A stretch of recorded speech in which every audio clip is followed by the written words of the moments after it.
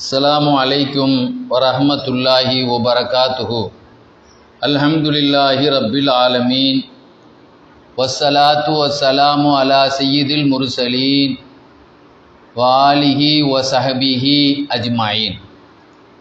சுப்ஹானக லா இல்ம லனா இல்லா மா அல்லம்தனா இன்னக அன்தல் அலீமுல் ஹக்கீம். அல்லாஹுடைய நல்லடியார்களே, இன்று ஒரு அற்புதமான ஒரு வரலாற்றை நாம் தெரிய இருக்கிறோம். உலகத்திலே உள்ள அத்தனை மனிதர்களுக்கும் ஒரு குறிப்பிட்ட காலம் ஆன பிறகு நாம் ஆன்மீகத்தில் ஈடுபட வேண்டும், அல்லாஹுவில் நாம் உறைய வேண்டும், அல்லாஹுடைய அந்த நெருக்கத்தை பெற வேண்டும் என்ற ஒரு ஆவல் தேட்டம் எல்லோருக்கும் இருப்பதுண்டு. அப்படிப்பட்ட அத்தனை பேர்களுக்கும் ஒரு அழகான முன்மாதிரியாக ஒவ்வொரு துறையிலும் ஒரு நட்சத்திர அந்தஸ்தை பெற்றவர்கள் இருப்பார்கள். அவங்க தான் அந்த துறைக்கு அவங்கள முன்னோடியாக எடுத்துக்கொள்வாங்க. அல்லாஹ்வினுடைய அந்த தியானத்தில் அவனுடைய சிந்தனையில் வாழணும்னு நினைக்கக்கூடியவங்க எப்படி வாழ்ந்தவங்களுடைய வாழ்க்கையை, அவங்களுக்கு என்ன பதவிகள் அல்லாஹ் கொடுத்தான் அப்படிங்கிறத பார்க்கும் பொழுது அவங்களுக்கு அதில் ஒரு ரசிப்பு ஏற்படும், அதில் ஒரு மோகம் ஏற்படும். இந்த மாதிரி நம்மளும் ஆகணும் அப்படிங்கிற ஒரு எண்ணம் ஏற்படும். அப்படி உலகமே வியந்த அளவுக்கு வாழ்ந்த ஒரு பெரும் மேதை தான் அப்துல் வஹாப் ஷாரானி இமாம். ஹிஜ்ரி 973 வஃபாத்தானவங்க. எகிப்து நாட்டை சார்ந்தவங்க, மிஸ்ர் நாட்டை சார்ந்தவங்க. இவங்க தனக்கு அல்லாஹு தாலா கொடுத்த பாக்கியத்தை அப்படியே அல்லாஹ் குர்ஆன் ஷரீஃப் ஒரு இடத்துல சொல்லுவான், அம்மா பினிஅமத்தி ரப்பிக ஃபஹதீஸ். அல்லாஹ் உனக்கு என்னென்ன அருள் கொடைகளை தந்தானோ அதெல்லாம் நபியை எடுத்து பேசுங்க அப்படிங்கிறாள். முதல்ல என்ன செய்யணும், அடுத்தவங்களை பற்றி பேசுகிறத விட அல்லாஹ் நமக்கு என்ன செய்தான் அப்படிங்கிறத முதல்ல என்ன செய்யணும், எனக்கு இந்த நியாமத்தை தந்திருக்கான் அப்படிங்கிறத நம்ம பெருமையாக சந்தோஷமாக என்ன செய்யணும்னு சொல்லணும். ஒரு ஹதீஸில் சொன்னாங்க, ஒரு ஆள் ஒரு கனவு பார்க்குறாரு, அந்த கனவு அவருக்கு மகிழ்ச்சி தரக்கூடிய அமைப்பில் இருக்குன்னு சொன்னால் அதை ஷேர் பண்ணுங்க அப்படின்னா, 4 பேர்கிட்ட சொல்லி என்ன செய்யுங்க, எனக்கு இப்படி ஒரு அழகான ஒரு கனவு வந்துச்சு, சந்தோஷத்தை பகிர்ந்துக்குங்க அப்படின்னா. அதே சமயத்தில் கெட்ட விஷயமா இருந்தால் யார்ட்டையும் சொல்லாதீங்க, அது தூப்பிக்கு படுத்துங்க அப்படி சொன்னாங்களே. அப்போ நல்ல விஷயத்தை எனக்கு இப்படி ஒரு கனவு எல்லாம் தந்திருக்கான் அப்படிங்கிறப்போ கனவுங்கிறது ஒரு நற்செய்தி. லொபுல் புஷ்ரா, நபிமார்களுக்கும் இறைநேசர்களுக்கும் கனவின் மூலமாக நற்செய்தி கொடுப்போங்கிறான் அல்ல. அப்போ நல்ல செய்திகளை என்ன செய்யணும், அடுத்தவங்கள்ட்ட சொல்கிறது ஒரு பெரிய பாக்கியம். அப்படி அவங்க தனக்கு ஏற்பட்ட 10க்கும் மேற்பட்ட பாக்கியங்களை அவங்க அடிக்கிட்டே போவாங்க. அல்லாஹ் எனக்கு என்ன நியாமத்தை தந்தான் அப்படிங்கிறத அவங்க சொல்லுவாங்க. அல்லாஹ் தஆலா எனக்கு கொடுத்த பெரிய பாக்கியம் என்ன அப்படின்னா, நான் ஒரு இறைநேசர் அவங்களுடைய கபூரில் போய் ஜியாரத்து செய்ய நான் போனேன்னு சொன்னால், அங்கே போன உடனே அவங்க அந்த கபூரில் இப்போ ஆஜராக இருக்காங்களா இல்லை இல்லையா அப்படிங்கிறத எனக்கு தெரிஞ்சிடும். அந்த கபூரில் அவங்க இருக்கேன்னா இறைநேசர் ஏன் அவங்க இருக்காங்களா இல்லையா, வெறும் கபூராக இருக்கா, ஆள் இருக்கா உள்ள அப்படிங்கிறது, ஒரு வீட்டுக்கு ஆள் இருக்கா இல்லையாங்க தெரிஞ்சு போயுமா இல்லையா. ஒரு வீடு பூட்டி கிடந்தா எந்த சத்தம் இல்லை, ஆள் இல்லைன்னு வெளியில் எல்லாத்துக்கும் தெரியும், இருக்கிறங்கிறனாலும் தெரியும், லைட் எரியும், ஆள் இருக்கும், அப்படின்னா வெளியில் உள்ள சாதனங்கள் கிடக்கும். அதே மாதிரி ஒரு கபருக்கு நான் போனால், ஒரு பெரியவங்களுடைய ரவுலா ஷெரீஃபுக்கு சியாரத்துக்கு போனால் அவங்க அங்கே இருக்காங்களா இல்லையாங்கிறத நான் என்ன செய்யணும், தெரிஞ்சுக்கிடுவேன். பெரும்பாலான இறைநேசர்கள் அவங்க அப்படியே ரவுண்ட்ஸில் தான் இருப்பாங்க, அப்படியே சுற்றி, அதாவது தவாஃபில் தான், அதாவது உலகத்தில் அல்லாஹ் தஆலா அவங்களுக்கு கொடுத்த அந்த பெரிய பாக்கியத்தினால அவங்க நினச்சிக்கிட்டே இருப்பாங்க, சுதந்திரமாக சுற்றிட்டு இருப்பாங்க, போயிட்டும் வந்துக்கிட்டும் அப்படி இருந்துக்கிட்டே இருப்பாங்க. அவங்களுடைய அருவாகளுக்கும் மண்ணறைக்கும் அப்படி போகிற மாதிரி ரூஹல் தொடர்பு இருந்துக்கிட்டே இருக்கும், போயிட்டு வந்துக்கிட்டு தான் இருப்பாங்க. இதே கருத்தை சொன்னவங்க தான், நான் சொல்ல இதே கருத்தை தான் அலியுல் ஹவ்வாஸ் ரலியல்லாஹு அன்ஹு அவங்களும் இந்த கருத்தை தான் சொல்கிறாங்க. அவங்க சொன்னாங்க, நான் அனுபவித்த அதே அந்த இது அவங்களும் அனுபவிச்சிருக்கிறாங்க. அவங்க சொல்லுவாங்க, அதாவது ஒரு இறைநேசரை அவங்க சொல்லுவாங்களாம், ஒரு மனிதன் ஒரு இறைநேசரை சியாரத்து செய்யணுங்கிறத உறுதி கொண்டா, ஒரு ஆள் யாராவது ஒரு மனுஷன் ஒரு இறைநேசரை சந்திக்கிறேன்னு அவங்களுக்கு தெரிஞ்சால் சொல்லுவாங்களாம், இப்போ சீக்கிரம் அவங்க வெளியே ரெடி ஆகிட்டாங்க அப்படின்னு சொல்லுவாங்களாம். யார்? அலியுல் ஹவ்வாஸ் ரலியல்லாஹு அன்ஹு என்ன சொல்லுவாங்களா, யாராவது ஒரு ஆள் ஒரு பெரிய மகானை சியாரத்து செய்ய போனால் சொல்லுவாங்களாம், சீக்கிரம் அவங்க வெளியே கிளம்ப போகிறாங்க அப்படின்னு நினச்சிவாங்களாம், சொல்லுவாங்களாம். அவங்க இந்த இடத்துக்கு இன்றைக்கி போகணுன்னு திட்டமிட்டுருக்காங்க, இந்த இடத்துக்கு அவங்க போகணுன்னு திட்டமிட்டுருக்காங்க, அதனால் நீங்கள் சீக்கிரம் போகணுன்னு சொல்லுவாங்க. அதே மாதிரி சில நேரத்தில் சொல்லுவாங்களாம், இந்த நேரத்தில் போகாதப்பா அங்கே அவங்க இல்லை அப்படின்னு சொல்லுவாங்களா. அலியுல் ஹவாஸ் ரலியல்லாஹு யாராவது ஜியாரத்துக்கு போனால் ஏதாவது சொன்னால் இந்த நேரத்தில் போகாது அவங்க இங்கே இல்லை அப்படின்னு பார்க்கலாம். ஏன்னா சொல்கிறாங்க, நான் ஒரு அல்லாமா அப்துல் வஹாப் ஷாரானி சொல்கிறாங்க, நான் ஒரு சமயம் உமர் இப்னு ஃபாரிலி ரலியல்லாஹு அவங்கள ஜியாரத்து செய்ய போனேன். அந்த கபூரில் அவங்கள நான் என்ன செய்யலை, பெற்றுக்கொள்ளலை. அவங்க அங்கே என்ன செய்யலை, ஆள் இல்லை. ஆனால் அங்கே இருந்த கொஞ்ச நேரத்தில் வந்துட்டாங்க. இப்போ பாதுதாலிக்கு அதுக்கு பிறகு அங்கே வந்துட்டாங்க. அவங்க சொன்னாங்க, ஒன்று நினச்சிக்கிறாதீங்க, நான் ஒரு தேவையாக போயிருந்தேன். இப்போ இன்னி குந்துபி ஹாஜத், நான் ஒரு தேவையாக போயிருந்தேன் அப்படின்னு நினச்சிதாங்க வந்து சொன்னாங்க. அதே மாதிரி என்னுடைய ஷேகுமார்கள் ஒருவரான அலியுல் பத்ரி சொல்லுவாங்க, நீங்கள் அபுல் அப்பாஸ் முர்சி ரலியல்லான் அவர்களை நீங்கள் சனிக்கிழமை சுபு உதயமாகிறதுக்கு முந்தைய தவிர நீங்கள் ஜியாரத்துக்கு போகாதீங்க. அபுல் அப்பாஸ் முர்சிங்கிறவங்க ஷாதிலியா தரீகாவினுடைய கலீஃபா, புர்தா ஷெரீஃபினுடைய உஸ்தாத், பூசரி இமாமுடைய ஆசிரியர். அவங்களுடைய உஸ்தாத் யார் உஸ்தாத்?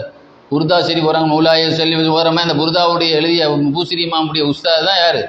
Abul Abbas Morsi.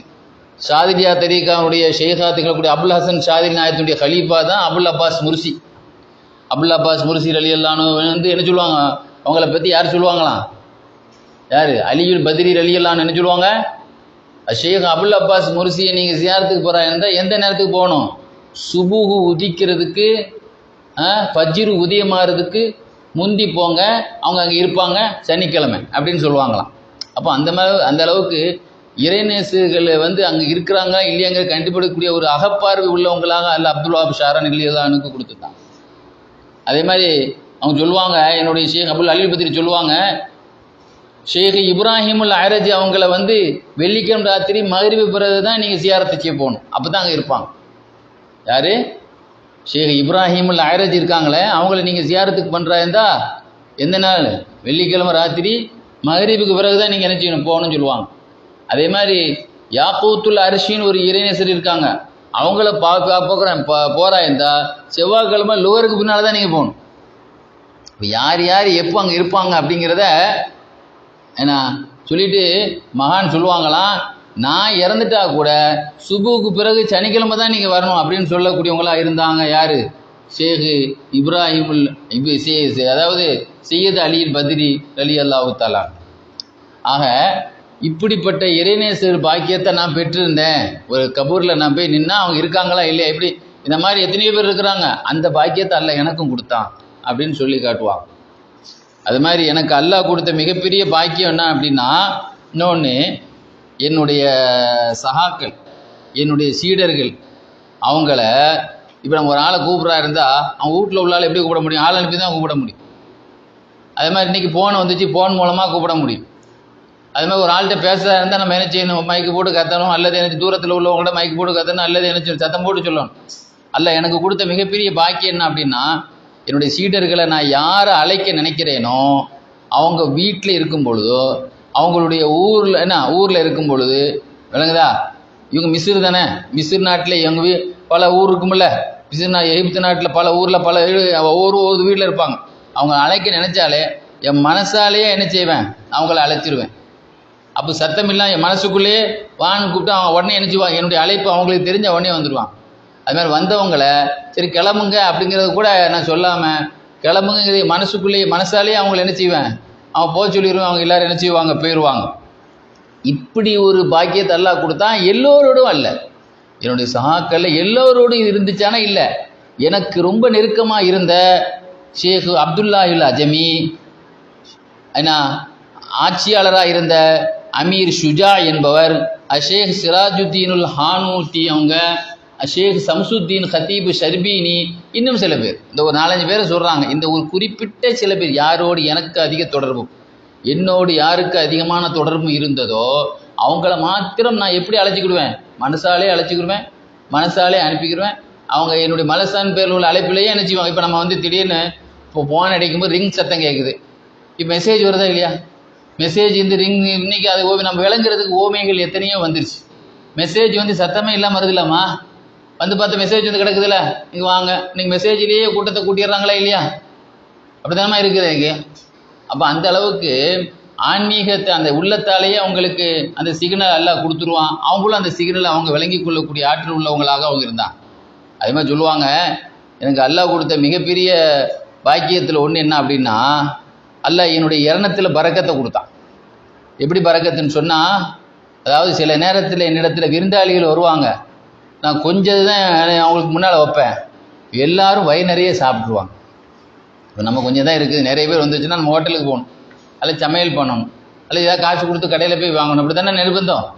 ஆனால் எனக்கு அல்லாஹ் கொடுத்த ரிஸ்கில் பரக்கத்து என்னன்னா, என்கிட்ட சில நேரத்தில் கம்மியான சாப்பாடு இருக்கும், அதிகமான பேர் வருவாங்க, ஆனால் வயிறு நிறைய சாப்பிட்ருவாங்க.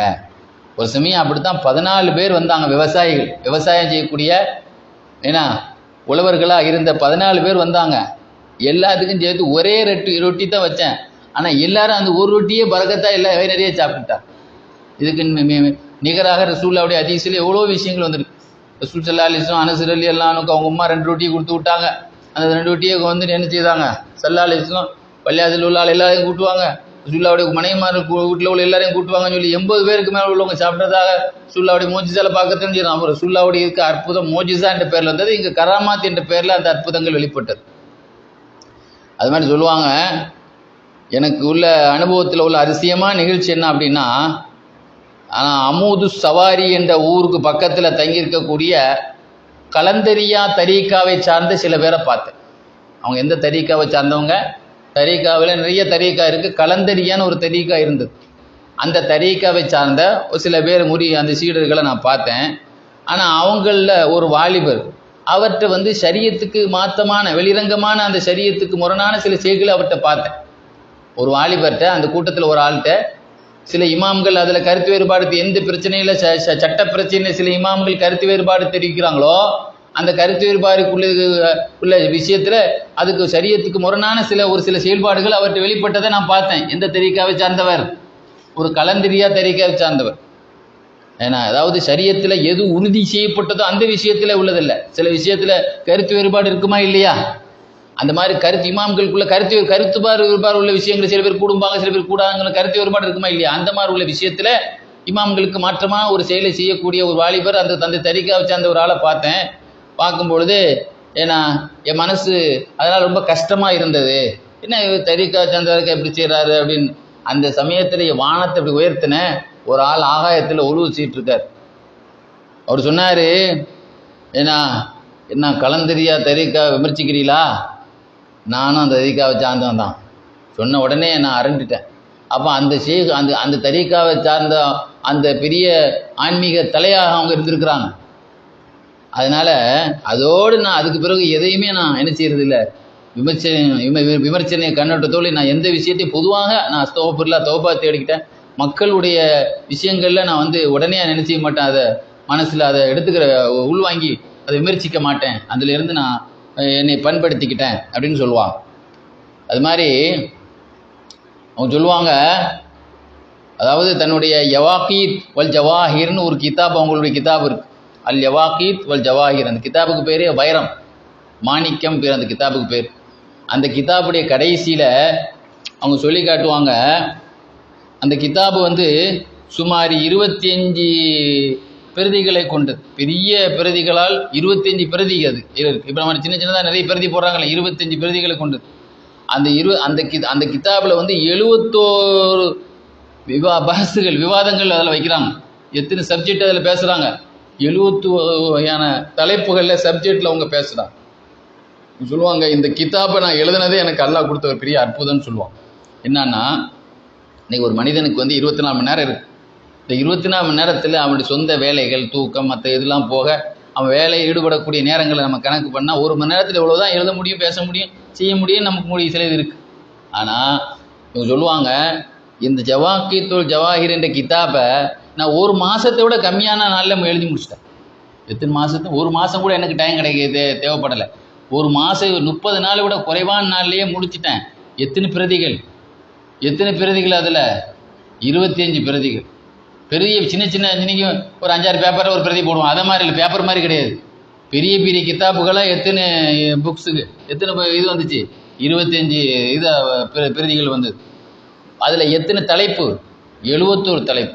ஒவ்வொரு தலைப்புக்கும் நான் எந்த கிதாபை வந்து ஆதாரத்துக்கு நான் பார்த்தேன் அப்படின்னு சொன்னால், ஏன்னா ஷேகுல் அக்பர் முஹியுத்தீன் இப்னு அரபி அவங்களுடைய ஃபுதூஹாத்தே மக்கியா 10 பாகத்தை பார்த்தேன். ஒவ்வொரு தலைப்புக்கும் என்னென்ன சப்ஜெக்ட் நான் 71 சப்ஜெக்டை நான் கொண்டு வந்திருக்கேனோ ஒவ்வொரு சப்ஜெக்ட்டுக்கும் அவங்களுடைய ஃபுதூஹாத்தே மக்கியாவை ஃபுல்லாக பார்த்தேன். அதே 10 பாகம். அந்த ஃபுதூஹாத்தே மக்கியாங்கிற அந்த ஆன்மீக களஞ்சியமே எத்தனை பாகம் கொண்டது? 10 பாகம். ஏன்னா அது எனக்கு அதுக்கு பொருத்தமான சில ஆதாரங்கள் அதில் எடுத்து போடுவதற்காக வேண்டி நான் என்ன செய்தேன், அந்த 10 பாகத்தை புத்தாலா செய்து தான் நான் என்ன செய்தேன், அந்த ஒவ்வொன்றுக்கும் ஒவ்வொரு சப்ஜெக்ட்டுக்கும் ஒவ்வொரு தடவை அந்த ஃபுல்லாக பார்த்தேன். அப்படின்னா அதே 10 பாகம்.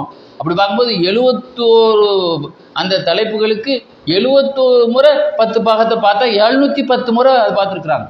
கணக்கு பண்ணி பார்த்தா ஒரு நாளைக்கே 25 பாகம் பார்த்துருக்காங்க. எழுதுறது வேற, அதை ஃபுல்லாக ஒவ்வொன்றுக்கும் ஃபுல் 10 பாகத்தையும் பார்த்த பிறகு தான் நான் அந்த ஒரு தலைப்பே எழுதி முடிப்பேன். அப்படியே எனக்கு ஒரு மாதத்துக்கு முன்னே முடிச்சிட்டு.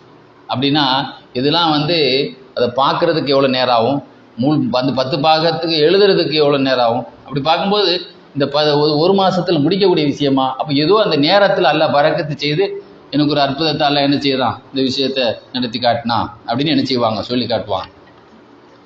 அது மாதிரி அவங்க சொல்லுவாங்க, அதாவது எனக்கு வந்து ஆரம்ப காலத்தில் அவங்க சொல்லுவாங்க 919 ஹிஜ்ரி 919 நான் வந்து ஈராக் நகரில் இருக்கக்கூடிய சயீத் என்ற ஊருக்கு பயணம் செய்தேன்.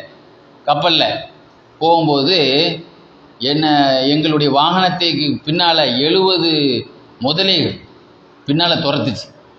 நாங்கள் தோணி தானமா அந்த காலத்தில் போன கப்பல், இந்த மாதிரி உள்ள சேஃப்டிக்கான கப்பல் இல்லையே, சும்மா தோணிக்கு தான், பாய்மர கப்பல் தானே, தோணி தானமா அது. அந்த தோணியை துரத்துனது எத்தனை முதலைகள் எல்லாம். இப்போ நிறைய அந்த இது போடுறாங்களோ, அந்த போட்டை எடுத்துகிட்டு மீன் பிடிக்க போகிறாங்க, இது மாதிரி தான் நாங்கள் அன்றைக்கி வச்சுருந்தாங்க. சாதாரணமாக தான் இருக்கும் அது. அவள் 7 பெரிய முதலைகள் எங்கள் வாகனத்தை பின்னால் துயர்ந்து, ஒவ்வொரு முதலைகளும் சுமார் எந்த சைஸுக்கு இருந்துச்சுன்னா ஒரு மாடு சைஸுக்கு இருந்துச்சு. ஏன்னா ஒரு கிதாபில் எழுதியிருப்பார், அல்லாஹ்வுடைய படைப்புகள் 1000ன்னா 600 மடங்கு கடலில் தான் இருக்கும், பிரம்மாண்டமானதுல. அப்போ ஒவ்வொரு முதலைகளும் ஒரு மாடு, காளமாடு சைஸுக்கு இருந்துச்சு. அப்படி ஒரு முதலைகள் 7 முதலைகள் பின்னாலேயே துரத்துச்சு. அந்த பயணத்தில் இருந்து அங்கே இருந்தவங்க எல்லாருமே அந்த வாகனத்தில் ஓரத்தில் இருந்திருப்பாங்களே இல்லையா, காற்று வாங்குறதுக்கு, எல்லாருமே பயந்துட்டாங்க. ஏன், அது வந்து நம்மளை தூக்கிட்டு போய் முனையில் தான் தூக்கிட்டு போவோம். ஒரு அளவு இருந்தாலும் அந்த முனையில் இருக்கிறவங்கள தானே தூக்கிட்டு போவோம். அது மாதிரி அது நம்மளை கவிருமோன்னு என்ன செய்தாங்க, பயந்துட்டு இருந்தாங்க. ஏன்னா நான் என்ன செய்தேன், என் வேட்டியை நான் இடுப்பில் நல்ல ஸ்ட்ராங்காக கட்டிட்டு கடலில் குதித்து என்னை கண்டு 7 ஓட ஆரம்பிச்சு. எந்த 7 எங்கள் வாகனத்தை ஃபாலோ பண்ணி துரத்துச்சோ, நான் என்ன பண்ணேன், என் இடுப்பு கட்டை கட்டிக்கிட்டு நான் என்ன செய்தேன், கடலில் குதித்த உடனே என்ன செய்ச்சு, 7 என்னை கண்டு என்ன செய்ச்சு, அரண்டு ஓடிச்சு. ஏன்னா நான் அதை விரட்டி விட்டுட்டு திரும்ப வந்து நான் வாகனத்தில் கப்பலில் ஏறினேன். என்னை பார்த்து அவங்க என்ன செய்தாங்க, அங்கே இருந்தவங்கெல்லாம் என்ன செய்தாங்க, பார்த்து ரொம்ப பேராச்சரியப்பட்டாங்க அப்படின்னு சொல்லுவாங்க. அதே மாதிரி அவங்க சொல்லுவாங்க, என்னுடைய ஆரம்ப நிலையில் ஹிஜ்ரி 923 எனக்கு ஒரு அதிசயம் நடந்தது. என்னுடைய நப்சை நான் பார்க்குறேன், மூடிய பல்லக்கு இருக்குல்ல, பல்லக்கு மாதிரி ஒரு ஆளை வச்சு, அந்த அரசர் காலத்தில் ராணியெல்லாம் வச்சு கொண்டு போங்களே இல்லையா, தூக்கிட்டு போங்களேன், நம்ம ஒரு ஆள் தோலில் வச்சு கொண்டு போங்களேன், மூடிய பல்லக்கு. அப்போ மூடிய பல்லக்கு இருக்குல்ல, அந்த பல்லக்குல அது பல்லக்குன்னா ஆள் தூக்குற பல்லக்கு இருக்குது. ஆனால் அந்த கனவுல நான் பார்க்குறேன், என்னுடைய நப்சு உள்ளே இருந்து அந்த நப்சு அந்த பல்லக்கு பறக்குது. பல்லக்கு என்ன செய்யுது, பறக்குது. ஏன்னா அப்போ என்னுடைய நப்சை நான் பார்க்குறேன், அது ஒரு பறக்கக்கூடிய பல்லக்கில் அது என்ன செய்யுது, இருக்குது. ஏன்னா அது இருக்குது. அப்பொழுது ஒரு நொடியில் பூமியில் உள்ள எல்லா பாகத்தையும் அது சுற்றுது. ஒரு நொடியில் பூமியில் உள்ள எல்லா பாகத்தையும் அது சுற்றுறதே என் நப்சை நான் பார்க்குறேன், சுற்றும் பொழுது. ஏன்னா நான் அந்த சமயத்தில் பூமியில் இருக்கக்கூடிய மஷாயிகுமார்கள், ஷேகுமார்களுடைய அத்தனை கபர்களையும் ஏன்னா அது என்ன செய்ச்சு, சுற்றியது. என்னை கொண்டு அந்த நப்சை கொண்டு என்ன எல்லாருடைய கபரையும் அது மேலே என்ன செய்ய சுற்றிக்கிட்டே வந்துச்சு. ஆனால் 2 உடைய ரவுலா ஷெரீஃப் வரும் பொழுது அப்படியே படிக்கு கீழே போயிடுச்சு. இப்ராஹிம் தசூக்கி ரலியல்லானுடைய ரவுலா ஷெரீஃபும் மிஸ்ரில் அடங்கி இருக்கக்கூடிய அஹமதுல் பதவி ரலியல்லானுடைய ரவுலாவுக்கு மட்டும் வரும்போது மட்டும் மேலே பறக்காமல் அவங்க வாசப்படி இருக்குல்ல, ரவுலாவுடைய வாசப்படிக்கு கீழே அவங்க கபருக்கு கீழே சுத்த ஆரம்பிச்சுது. ஏன் அவங்க 2 பேருக்கு மட்டுமே இப்படி ஒரு மரியாதை செய்யப்பட்டது என்பது இதுவரைக்கும் எனக்கு விளக்கம் தெரியலைன்னு சொல்லுவாங்க. அந்த அளவுக்கு தன்னுடைய நப்சு பெற்றிருந்த பாக்கியத்தை எந்த அளவு உயர்ந்த நிலையை கத அஃப்லஹ மன் சக்காஹாங்கிறான்ல ஒரு இடத்துல, ஒரு கத அஃப்லஹ மன் சக்காஹா, தன்னுடைய நப்சை பரிசுத்திப்படுத்தி கொண்டவர் ஜெயித்து விட்டார் நிச்சயம். இந்த மாதிரி பரிசுத்தப்படுத்தி கொண்டவர் இந்த அளவு உச்சத்தில் ஜெயித்து விட்டாங்கிறத நம்ம அந்த ஆயத்தை நமக்கு சொல்லாமல் சொல்லக்கூடிய கருத்து தான். எந்த அளவுக்கு ஜெயிச்சிட்டார், அபார வெற்றின்னு சொல்லுவான் சில நேரத்தில். எவ்வளோ பெரிய சாதாரண வெற்றி விடுவான், ஏன்னா படுத்தோளும் சொன்ன மாதிரி அபார வெற்றி சொல்லுமா இல்லையா? அப்போ அபார வெற்றி பெற்றவர்களுக்கு தான் இவ்வளோ பெரிய ஆத்மா உயர்வு பாக்கியங்கள் கிடைக்கும். இது மாதிரி ஏகப்பட்ட விஷயங்களை அவங்க சொல்லுவாங்க. அந்த சொல்லக்கூடிய விஷயங்களில் முக்கியமான விஷயங்கள் என்ன அப்படின்னு சொன்னால், ஒரு 5 செய்திகள் ஜின்கள் சம்பந்தமாக சொல்லுவாங்க. எனக்கு அல்லாஹ் கொடுத்த மிகப்பெரிய பாக்கியத்தில் ஒன்று என்னது, ஜின்களை அடக்கி ஆளக்கூடிய பாக்கியத்தை அல்லாஹ் எனக்கு தந்தான். அவங்க சொல்லுவாங்க, என்னுடைய ஊரில் இருக்கக்கூடிய ஒரு மதரசா ஒன்று வச்சுருந்தாங்கல்ல, அந்த மதரசாவுக்கு பேர் உம்மு ஹூந்து மதரசத்தே. உம்மு ஹூந்துன்னு ஒரு மதரசா.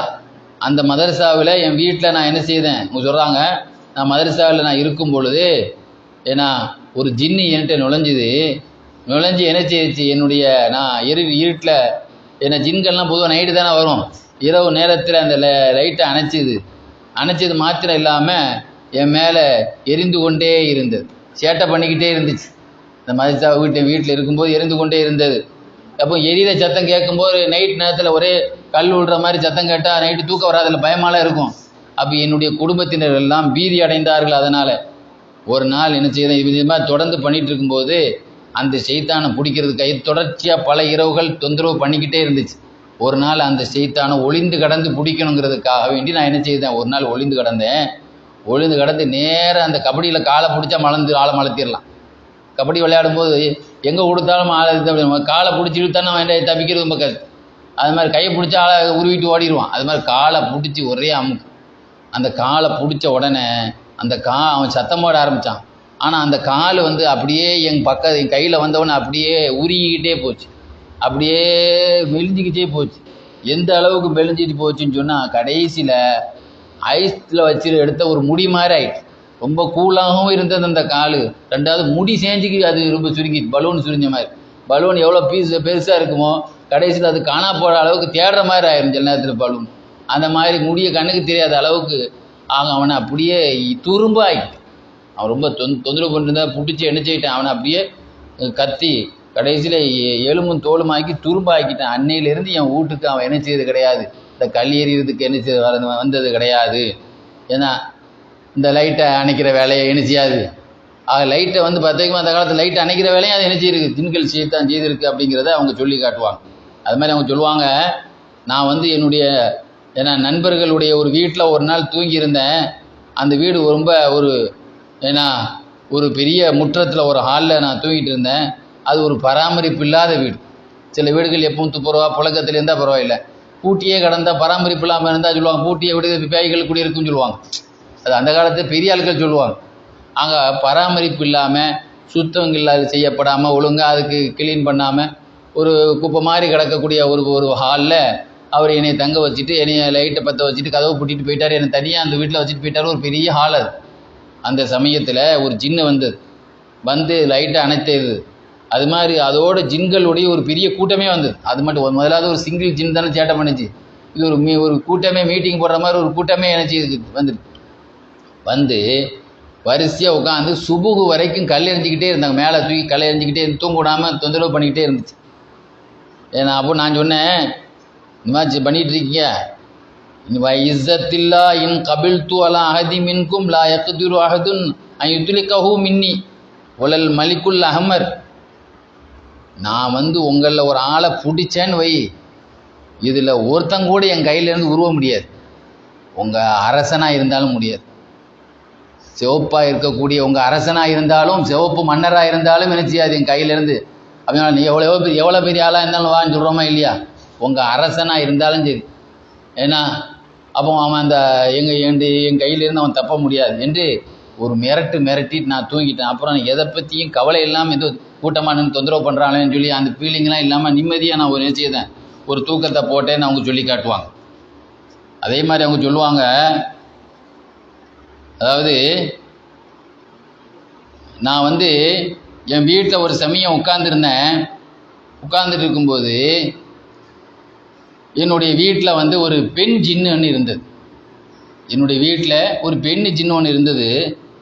அது வந்து எவ்வளோ பயங்கரமான முறையில் அது பயம் உண்டாக்குற மாதிரி உள்ள பெண் ஜின்னு அப்படின்னு சொன்னால், நான் அது பக்கத்தில் போனவுடனே என்னுடைய உடம்புல உள்ள முடியெல்லாம் எழுந்து நிற்க ஆரம்பிச்சிடும் பயத்தில். அந்த அளவுக்கு ஒரு பயப்படுற மாதிரி ஒரு ஜின். நான் உடனே அந்த பயத்தில் எழுந்து நிற்க ஆரம்பித்த உடனே நான் என்ன செய்வேன், அல்லாஹ்வை திக்ர் செய்ய ஆரம்பிச்சிருவேன். திக்ர் செய்ய ஆரம்பித்த உடனே அந்த சமயத்திலே அது என்னை விட்டு என்ன செய்யும், விலகி போயிடும் என்ன அப்படின்னு சொல்கிறாங்க. அது மாதிரி நான் வந்து அந்த ஜின்னு வந்து பிறகு வந்து இருட்டான இடங்களில் நான் நடந்து போவேன். அப்போ அங்கே வந்து கிராஸ் பண்ணி நிற்கும். வீட்டில் நின்ன மாதிரி நான் பாதையில் இருட்டான பாதையில் போகும்போது வந்து நிற்கும். அப்போ நான் அதுக்கு அஸ்ஸலாமு அலைக்கும் அப்படின்னு நான் என்ன செய்வேன் சொல்லுவேன். ஆனால் அப்படி சொல்லும்போது கூட எனக்கு அதை பார்த்த ஒரு பயமே இருக்காது. நான் சாதாரணமாக ஒரு எல்லாத்துக்கும் ஜலான் சொல்கிற மாதிரி சாதாரணமாக சொல்லிட்டு போவேன். ஜின்னு இல்லாம நிற்கிது அப்படிங்கிறது இல்லாமல் நான் என்ன செய்வேன். ஆனால் சாதாரண மனுஷனுடைய மனோநிலை அப்படி அல்ல. இந்த மாதிரி ஆளுக ஜின்க இருட்டில் வந்து ஏதாவது ஒரு இருட்டில் வந்து அரண்டவனுக்கு இருண்டதெல்லாம் பேஞ்சணும், ஒரு நாயை பார்த்தாலோ ஏதோ ஓடி வந்தாலோ ஒரு மரக்கில் ஆடினாலோ நமக்கு நினைச்சுவோம் ஏதோ பின்னால் ஒரு ஆள் நம்ம நிழல் கண்டாலே நம்மளை இருட்டில் பயப்படுவோம். அந்த மாதிரி பின்னாலே வர்ற மாதிரி. ஆக அந்த சமயத்தில் நான் மனிதனுடைய இயல்பு அதுக்கு மாற்றமானது. ஆனால் நான் என்ன செய்ய மாட்டேன், அதை பற்றி இது பண்ணவே இல்லை அப்படின்னு சொல்லிட்டு அவங்க சொல்லுவாங்க, எங்கிட்ட நல்ல ஜின்களும் வரும். இந்த மாதிரி நல்ல மோசமான சேட்டை பண்ணுற அந்த மாதிரி நல்ல ஜின்களும் என்கிட்ட வரும். ஒரு சமயம் அப்படி தான் மக்கள் வந்து பொருளாதாரங்கள் ரொம்ப வீழ்ச்சி அடைந்த நேரத்தில், விலைவாசிகள் உயரமாக இருந்த நேரத்தில் ஒரு ஜின்கள் கூட்டம் விருந்தாளியாக என்கிட்ட வந்திருந்தாங்க, என்னிடத்துல தங்கியிருந்தாங்க. அப்போ அவங்களுக்கு நான் என்ன செய்தேன், ரொட்டி கொடுத்தேன், உணவுகளை கொடுத்தேன், நல்ல நல்ல உணவுகளை கொடுத்து என்ன செய்தேன், நீங்கள் சாப்பிடுங்க, ரொட்டி சாப்பிடுங்க, நல்ல முறையில் சாப்பிடுங்க, ஆனால் உங்களுடைய சகோதரர்களான முஸ்லீம்களை நீங்கள் தொந்தரவு பண்ணாதீங்க என்று அவங்களுக்கு அட்வைஸ் பண்ணேன். அப்போ அந்த ஜின்கள் சொல்லிச்சு, இப்போ அவங்க சொன்னதை என் காதில் விழுந்துச்சு, நீங்கள் சொன்னதை நாங்கள் கேட்டுக்கொண்டோம், நீங்கள் சொன்ன விஷயத்துக்கு நாங்கள் கட்டுப்பட்டோம், சமன் சமாவத்தா நாங்கள் அதன்படி செவிமடித்தோம், கட்டுப்பட்டோம், அதன்படி நடக்கிறோம் அப்படின்னு சொல்லி அவங்க சொன்னதை நான் என்ன செய்தேன், கேட்டேன் என்று சொல்லி காட்டுறாங்க. அது மாதிரி அவங்க சொல்கிறாங்க, எனக்கு இது மாதிரி ஜின்களுடைய நிகழ்ச்சி ஒன்றல்ல ரெண்டல்ல ஏராளமான நிகழ்ச்சிகள் எனக்கு என்ன செய்யுது, ஜின்கள் விஷயத்தில் என்ன செய்யுது நடந்தது. இதெல்லாம் நான் எதுக்கு உங்களுக்கு சொல்கிறேன் அப்படின்னு சொன்னால், இதை சொல்வது மூலமாக என்ன நோக்கம் அப்படின்னா, அதாவது நீங்கள் ஒரு விஷயத்தை புரியணும், அதுக்காக நான் சொல்கிறேன். என்ன விஷயம் அப்படின்னா, அதாவது இஸ்லாத்தில் வந்து நமக்கு இரவு ஓதக்கூடிய விருதுகள், பகல் ஓதக்கூடிய விருதுகள் என்று நமக்கு மார்க்க சொல்லி தந்திருக்கு. இந்த மாதிரி ஔராதுகளை திக்ருகளை ஓதி வரும்போது, ஏன்னா ரசூல்லா சொல்லி வரும்போது ஜின்களுக்கோ மனிதர்களுக்கோ எந்த விதமான இடையூறுகளும் நமக்கு பண்ணாது. அதனால் அது விஷயத்தை நீங்கள் தெரியப்படுத்தணும் என்பதற்காக வேண்டி நான் உங்களுக்கு இந்த விஷயத்தை நான் என்ன செய்கிறேன் சொல்லி காட்டுறேன் அப்படின்னு அவங்க என்ன செய்வாங்க, சொல்லி காட்டுவாங்க.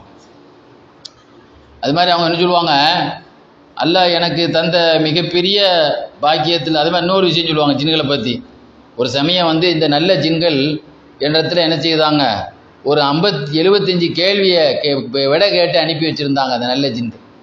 அந்த கேள்விக்கு பதில் எது சம்பந்தமான கேள்வினா, இல்மு தௌஹீத், ஏகத்துவம் சம்பந்தமான, அல்லாஹ்வை பற்றிய ஏகத்துவம் சம்பந்தமான 75 கேள்விகளை கேட்டு எனக்கு நினைச்சதை விட கேட்டிருந்தாங்க.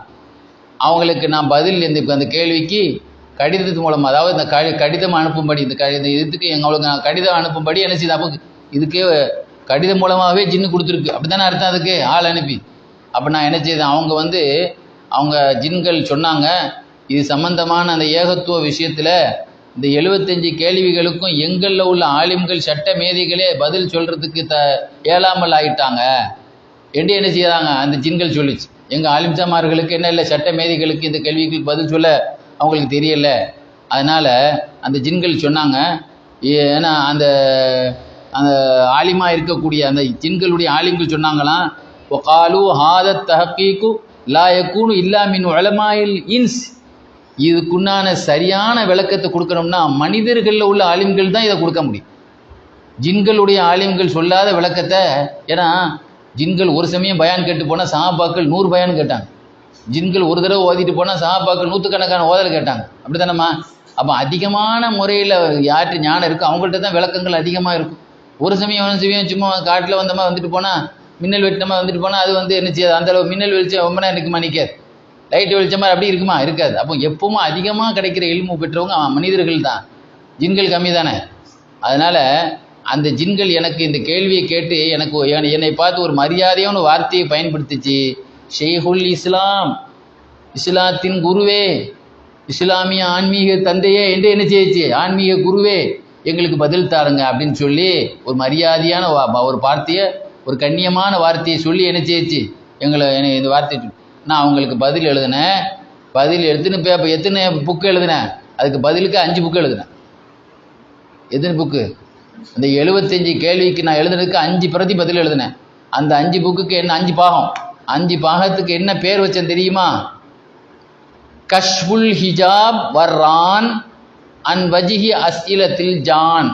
ஜின்களுடைய கொஸ்டின்களுக்கு ஏன்னா கஷ்புல் ஹிஜாப்னு திரையை நீக்குவது, ஏன்னா வர்றான் கரையை நீக்குவது. விளக்குதா? இந்த 75 கேள்விகளுக்கு ஏன்னா இது தெளிவுபடுத்தக்கூடிய பதில் அப்படின்னு சொல்லி நான் 5 பிரதிகள் அவங்களுக்கு நான் என்ன செய்ய எழுதினேன் என்று ஜின்களோடு தனக்கு இருந்த ஒரு அற்புதமான ஒரு அணுகுமுறையை அவங்க என்ன செய்வாங்க, நமக்கு சொல்லி காட்டுவாங்க. அது மாதிரி அவங்க சொல்லுவாங்க, அல்லாஹ் எனக்கு கொடுத்த மிகப்பெரிய பாக்கியம் என்ன அப்படின்னு சொன்னால், அல்லாஹ் தாலா எனக்கு இப்போ நமக்கெல்லாம் நிறைய விஷயங்கள் நமக்கு அல்லாஹ் திரை போட்டுட்டான். நம்ம உலகத்தில் ரகசியமான எத்தனையோ விஷயங்கள்லாம் நமக்கு கேட்காது. எத்தனையோ உலகத்தில் நல்ல விஷயங்கள் நடக்குது, அதெல்லாம் நம்ம கேட்காம அல்லாஹ் என்ன செய்யிட்டான், மன்னரை கபூரில் வேதனை செய்யப்படாம கேட்காது. ஆனால் நபிமார்கள் கேட்பாங்க. இதே மாதிரி உலகத்தில் நல்லவர்கள் நல்ல மலக்குமார்கள் அதை நமக்கு பார்க்க முடியாது. எத்தனையோ பொருள்கள் தஸ்பீஹ் செய்தால் நம்ம காதில் கேட்காது. இப்படி உலகத்தில் நம்ம கூட இருக்கிற மலக்குமாரியே தஸ்பீஹ் செய்வாங்க, நம்ம காதில் கேட்காது. இப்படி உலகத்தில் இருக்கக்கூடிய எத்தனையோ நிறைய விஷயங்கள் அல்லாஹ் நமக்கு மறைச்சிட்டான். ஆனால் அல்லாஹ் எனக்கு எல்லா திரையும் ஓப்பன் பண்ணி விட்டுட்டான். எல்லா திரையும் அல்லாஹ் எனக்கு என்ன செய்யிட்டான், நீக்கி விட்டான். ஏன்னா அல்லாஹ் எந்த அளவுன்னு சொன்னால், நான் வந்து மரங்கள் தஸ்பீஹ் கேட்பேன், மலைகள் தஸ்பீஹ் கேட்பேன், தாவரங்களுடைய தஸ்பீஹ் கேட்பேன். இந்த மாதிரி உணர்வற்ற பொருள்கள் இருக்கா இல்லையா, அந்த உயிரில்லாத பொருட்கள் இப்போ உயிருள்ள பொருள் தஸ்பீஹ் நம்ம காதில் கேட்காது. ஆனால் உயிருள்ள உயிர் இல்லாத உணர்வு இல்லாத அத்தனை பொருட்களுடைய தஸ்பீஹை என்ன செய்வேன், மிருகங்கள் எல்லாருடைய தஸ்பீஹையும் என் காதில் அல்லாஹ் கேட்க வச்சான். இது எந்த சமயத்திலிருந்து எந்த சமயம் வரைக்கும்னா, மகரிபு தொழுதிலிருந்து சுபுஹ் வரைக்கும் எனக்கு கேட்கும். இது ஏன் மகரிபு தொழுதிலிருந்து சுபுஹ் வரைக்கும் அப்படின்னு சொன்னால், நான் அந்த நேரத்தில் என்னுடைய குருநாதர் பக்தி பூர்வமான பேணுதல் மிக்க ஏன்னா உலக பற்றற்ற வாழ்க்கை வாழ்ந்த என் குருநாதர் சையீத் அமீனுத்தீன் என்பவங்க, ஜாமியுல் கம்ரி என்ற ஜும்மா பள்ளியாசில் இமாமாத் இருந்தவங்க. அந்த பள்ளியாசில் அங்கே இருக்கு போல தெரியுது, மிஸ்ர் நாட்டில் இருக்கு போல தெரியுது. அந்த நாட்டினுடைய இமாமாக அந்த பள்ளியாசினுடைய ஜும்மா பள்ளி இமாமா இருந்த என்னுடைய ஷேக் நாயகம் அமீனுத்தீன் அவங்க பின்னால் நான் மகரிபு தொழுவேன். சஹாபாக்கள் பின்னால், ரசூல்லா பின்னால் சஹாபாக்கள் தொழுதா அந்த தொழுகையினுடைய பக்தியே பயங்கரமாக இருக்கும். எப்படின்னா, சஹாபாக்கள் ரசூல்லா தக்பீர் கட்டிட்டா சஹாபாக்களுடைய பார்வை வந்து அந்த அந்த சுஜூதுடைய இடத்தை தவிர அடுத்த இடத்துக்கு கண்ணு போகாது. அந்த அளவுக்கு ரசூல்லா அந்த தொழுகையிலேயே கட்டி போட்டுருவாங்க. ஆனால் அதுக்கு பிறகு அடுத்த ஜெனரேஷன் வரும்போது சஹாபாக்களுடைய பார்வை அப்படியே கிப்லா துசைக்கு மாறிச்சு. அதுக்கு பிறகு அபூபக்கர் நாயகத்துடைய காலத்துக்கு பிறகு என்ன ஆகி போச்சு, ஏன்னா தன்னுடைய அதாவது தன்னுடைய காலை பார்த்து நிற்பாங்க. ரசூலை குனிஞ்சு கொண்டு காலையே காலை விட்டுன்னு தாண்டார். ரசூல்லா காலத்தில் சுஜூது இல்லை, கால் அதே குனிஞ்சு தான் நிற்பாங்க. அபூபக்கர் சித்திக் நாயக காலத்துக்கு பிறகு அதுக்கு பார்வை கடந்து சுஜூது இடத்துக்கு வந்துச்சு. உமர் எல்லாம் ஆட்சி காலத்தில் தான் என்ன செய்யுது, அப்படி கிபிலா திசைகள். உமர்லான்னு குத்தப்பட்ட உடனே உஸ்மான் ஆட்சி காலத்தில் வலது பக்கம் இடது பக்கம் யார் நிற்கிறான், அவன் என்ன சட்டை போட்டிருக்கான், இவன் என்ன வந்திருக்கான் அப்படின்னு திரும்புகிற அளவுக்கு ஆகிப்போச்சு. எதுக்கு பிறகு கொலை விழுந்துச்சா இல்லை உமர்லான்னு. அப்போ ஒவ்வொரு காலத்துக்கு பிறகு அந்த இமாம்கள் இதுக்கு எவ்வளோ அந்த மாமோமீன்களுக்கு அந்த பவர் உண்டாகி விடுச்சின்னு சொல்லி ஏன்னா ஒரு கித்தாப்பில் நான் பார்த்துருக்கேன். அது மாதிரி உங்களுக்கு குருநாதருக்கு பிறகு தொழுதை முடித்த பிறகு தான் எனக்கு எல்லாமே கேட்க ஆரம்பிக்கும். அப்போ அந்த தொழுகையின் மூலமாக எவ்வளோ பெரிய ஒரு குளுக்கோஸ், ஆன்மீக குளுக்கோஸ் கிடைச்ச மாதிரி அவங்களுக்கு, அவ்வளோ பெரிய ஒரு பவர் தானே கிடைச்ச மாதிரி தானே அது அவங்களுக்கு. ஆனால் அதுவும் கேட்டுக்கிட்டே இருப்பேன். சுபுக்கு பிறகு எனக்கு அந்த சப்தம் கேட்காது.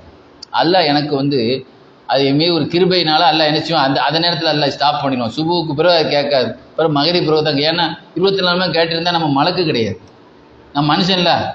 நம்ம நினைச்சுவோம் நமக்கு அதுலேயே இருந்தால் நம்முடைய பேகாலத்தான் மாறிடும். நம்முடைய 24 மணி அதே சத்தத்தையும் நம்ம கேட்டுகிட்டே அலைஞ்சோம்னா நம்ம உலகத்தோடு உள்ள வாழ்க்கையில் ஈடுபட முடியக்கூடிய இதே வராது, நம்முடைய மைண்டே மாறிடும். அப்படித்தானம்மா? அப்போ அதனால் நம்ம உலகத்தினுடைய இதில் ஈடுபாடு கொள்றதுக்கு எனக்கு நம்ம மைண்ட் இல்லாமல் நம்ம ஒரு பதற்றத்திலேயே இருப்போம். எப்பவுமே ஒரு இறைவனுடைய இது ஒரு பைத்தியம் மாதிரியே ஆயிரும். அதனால அல்லாஹ் என் மீது கிருபையில் என்ன செய்வான்னா எனக்கு அந்த வெளி சத்தம் கேட்காம ஆக்கிடுவான் சுபுவுக்கு பிறகு. ஆனாலும் என்னுடைய அகப்பார்வையால் எனக்கு அந்த சத்தம் இருந்துக்கிட்டே இருக்கிறது நான் எனக்கு அது விளங்கத்தான் செய்யும். ஆனால் இது மாதிரி ஓப்பனாக கேட்காது. மறைமுகமான விஷயங்களை அந்த ஒரு சத்தம் இருக்குங்கிறது என்னுடைய அகப்பார்வையில் புரிஞ்சுக்கிடுவேன். இப்படி சத்தம் அவங்க கேட்டுக்கிட்டு தான் இருக்காங்க, அவங்க தஸ்பி செய்தா இருக்காங்கிறத எனக்கு புரியும். ஒவ்வொரு தஸ்பியும் எனக்கு அகப்பார்வையில் புரிஞ்சாலும் வெளியிலேயே சவுண்ட் அடிக்கிற மாதிரி நினச்சி அது கேட்காது. அல்ல எனக்கு அதை நிறுத்தி வைப்பான் ஏன்னா அப்படின்னு சொல்லிட்டு அவங்க சொல்லி காட்டுவாங்க. ஏன்னா இது மாதிரி பல்வேறு விஷயத்தை அவங்க சொல்லுவாங்க. அது மாத்திரமல்ல, ஏன்னா அது மாத்திரம் இல்லை, இது மாதிரி நிறைய விஷயங்கள். ஏன்னா நான் யார் யாரெல்லாம் என் நாட்டினுடைய ஓரத்தில் பேசிக்கிட்டு இருக்காங்களோ அது என் காதில் வரும். யாரெல்லாம் இன்னைக்கு இந்த ஒயர்லெஸில் பேசுகிற போது அங்கே லைனில் அங்கே கிராஸ் ஆகுதா இல்லையா, அங்கே பேசுறது நமக்கு ஒயர்லெஸில் கேட்குறதா இல்லை, கேட்குற எங்கே இருந்தாலும் லைனில் இருக்காங்களா ஃபோனில். அந்த காலத்தில் இல்லாத பொழுது இன்றைக்கி அந்த ஃபோனுக்கு போய் சொல்கிறதுக்கு இதாக இருக்கும், யார் எங்கேருந்து பேசிகிட்டு இருக்காங்கன்னு. அப்போ அந்த ஒரு நாட்டினுடைய எல்லையில் பேசுகிறதெல்லாம் எனக்கு அல்ல என் காதில் கேட்க வச்சான். அதுக்கு பிறகு கொஞ்சம் கொஞ்சமாக முன்னேற்றமாகி ஊர் மக்கள் பேசுகிறது, என் ஊர் மக்கள் பேசுகிறது, அப்புறம் என் நாட்டை கடந்து மற்ற உலகம் உள்ள பேசுகிறது. முதல்ல என் நாட்டினுடைய எல்லையில் பேசுறது மட்டும் தான் என் காதில் விழுந்துட்டு இருந்துச்சு.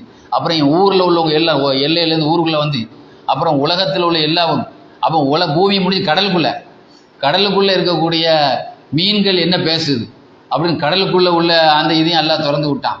கடைசியில் மீன் தஸ்பியை கேட்க ஆரம்பித்தேன்.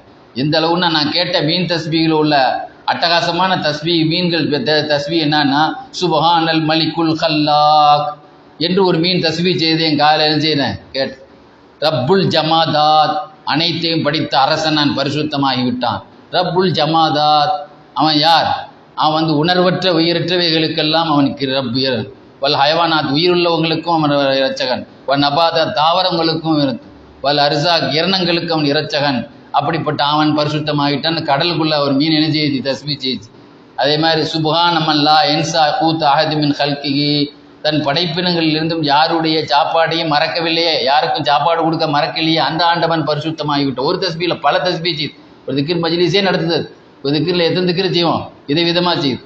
அது மாதிரி இன்னொன்று என்ன சொல்லுது, ஏன்னா ஒலா எக்கத்தவோ பிர்ரஹு அம்மன் அசாஹூ, அல்லாவே இல்லவனும் இல்லைன்னு சொல்கிறவனும் நிறைய கடை வச்சுட்டு வியாபாரத்து பறக்கத்தானே இருக்கான். அல்லாவுக்கு அவனுக்கு மாறு செய்தவனுக்கு கூட உபகாரம் செய்ய மறக்க மாட்டானே அந்த ஆண்டவன் பரிசுத்தமாகி விட்டான் என்றெல்லாம். ஆக எனக்கு எல்லாமே அல்லாஹ் திறந்து விட்டுட்டான்.